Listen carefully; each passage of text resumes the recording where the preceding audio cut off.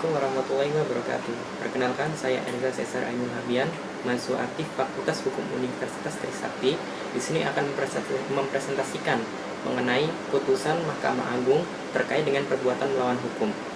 Putusan yang saya ambil di sini adalah putusan nomor 2565-K-PDT-2015, di mana kasus ini merupakan kasus perbuatan melawan hukum yang melibatkan dua individu. Di mana yang kita ketahui, perbuatan melawan hukum terdapat dalam pasal 1365 KUH Perdata yang bunyinya, tiap perbuatan melanggar hukum yang membawa kerugian kepada seorang lain mewajibkan orang yang karena salahnya menerbitkan kerugian itu mengganti kerugian tersebut. Dalam perkara ini, terdapat dua pihak yang bersengketa. Yang pertama adalah Muhammad Said, yang kedua kemudian sebagai pihak penggugat, kemudian yang kedua adalah Yusuf Pawai sebagai pihak tergugat. Kronologis kasus ini, yang pertama adalah pihak penggugat merupakan pemilik sah sebidang tanah dengan sertifikat nomor 146 yang memiliki luas 730 meter persegi yang dimiliki oleh penggugat. Dan oleh penggugat, tanah tersebut didirikan dua bangunan rumah, di mana dari dua bangunan tersebut salah satunya disewakan kepada pihak tergugat, yaitu terhitung pada tahun 2005 sampai dengan 2006, yaitu selama 1 tahun.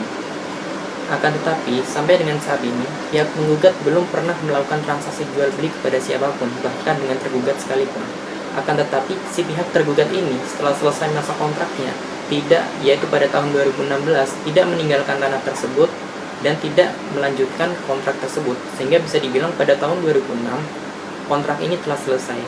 Akan tetapi si pihak tergugat tidak melanjutkan kontraknya tersebut. Akan tetapi kenapa tergugat masih bisa menempati tanah itu sampai dengan sekarang? Ternyata pihak tergugat membayar beberapa uang panjar.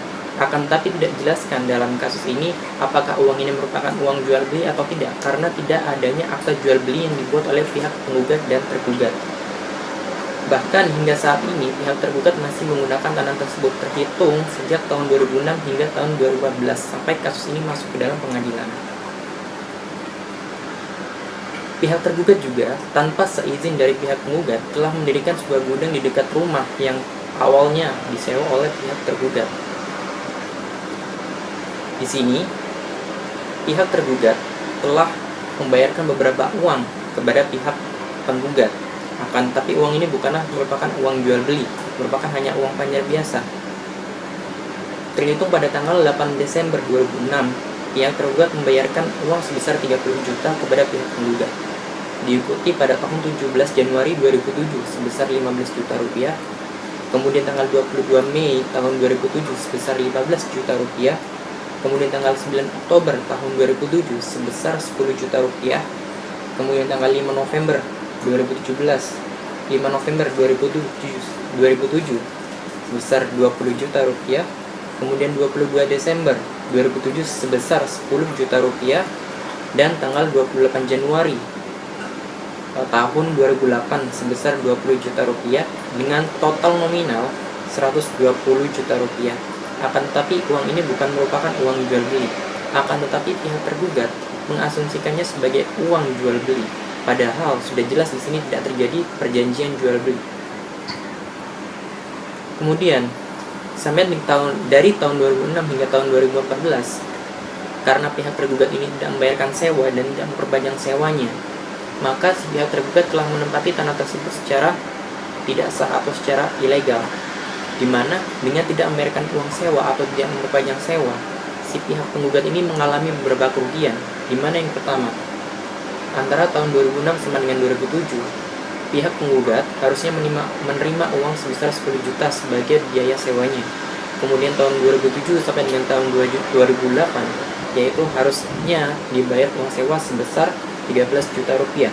Kemudian pada tahun 2008 sampai dengan tahun 2009 harusnya diterima uang sewa sebesar 16 juta rupiah.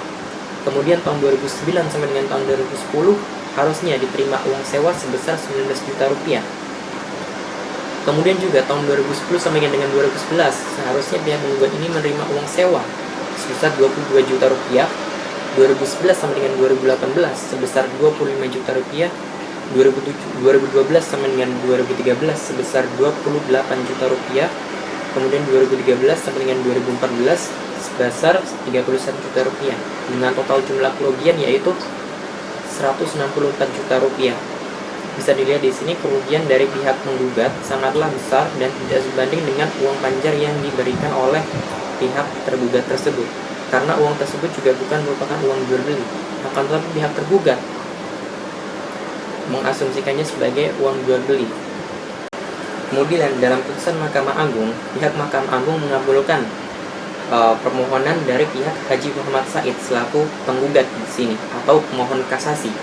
Karena pada putusan pengadilan sebelumnya, yaitu pada putusan pengadilan yang pertama adalah Pengadilan Negeri Masohi dengan nomor putusan nomor 6/PDT.G/2014/PN tertanggal 4 November 2014 dan putusan Pengadilan Tinggi yang menetapkan putusan Pengadilan Negeri tersebut dengan putusan Pengadilan Tinggi Ambon nomor 1/PDT/2015/PT-AMB yang tertanggal 25 Maret 2015.